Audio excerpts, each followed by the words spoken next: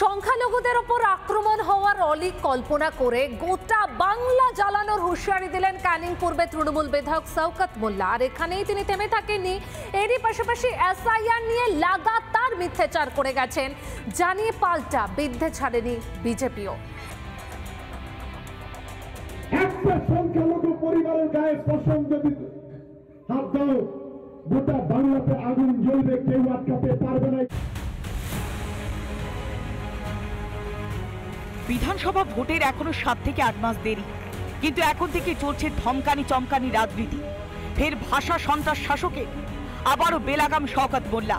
আগামী দিনে সংখ্যালঘুদের উপর আক্রমণ হবে এমন আকাশ কুসুম কল্পনা করে গোটা বাংলা জ্বালানোর হুঁশিয়ারি দিলেন ক্যানিং পূর্বের তৃণমূল বিধায়ক।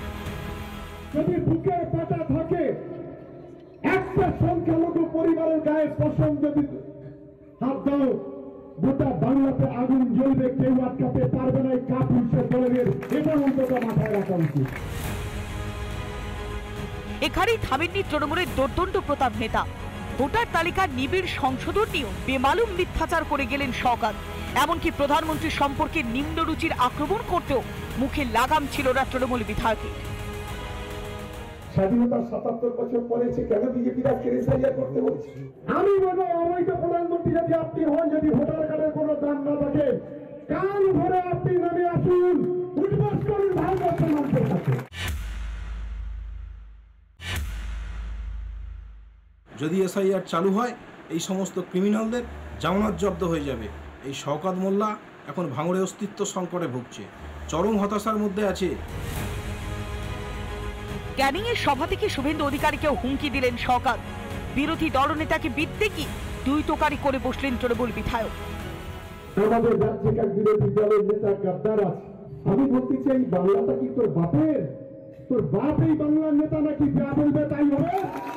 পশ্চিমবঙ্গটা কি শওকত মোল্লার বাপের নাকি? শওকত মোল্লার বাপ কি পশ্চিমবঙ্গটাকে লিজে নিয়ে রেখেছে? যা খুশি তাই বলবে, একটা নটোরিয়াস ক্রিমিনাল। ভোটের এখনো ঢের দেরি, কিন্তু এখন থেকে শাসক নেতারা যে ভাষায় কথা বলছেন, এর শেষ কোথায়? ভোট এলে কি হবে? রিপাবলিক বাংলা। নানা ধরনের কন্টেন্ট দেখার জন্য লাইক করুন, শেয়ার করুন আমাদের ফেসবুক পেজ, সাবস্ক্রাইব করুন আমাদের ইউটিউব চ্যানেল। পাশাপাশি অন্যান্য ব্রেকিং নিউজের জন্য অবশ্যই চোখ রাখুন রিপাবলিক বাংলায়।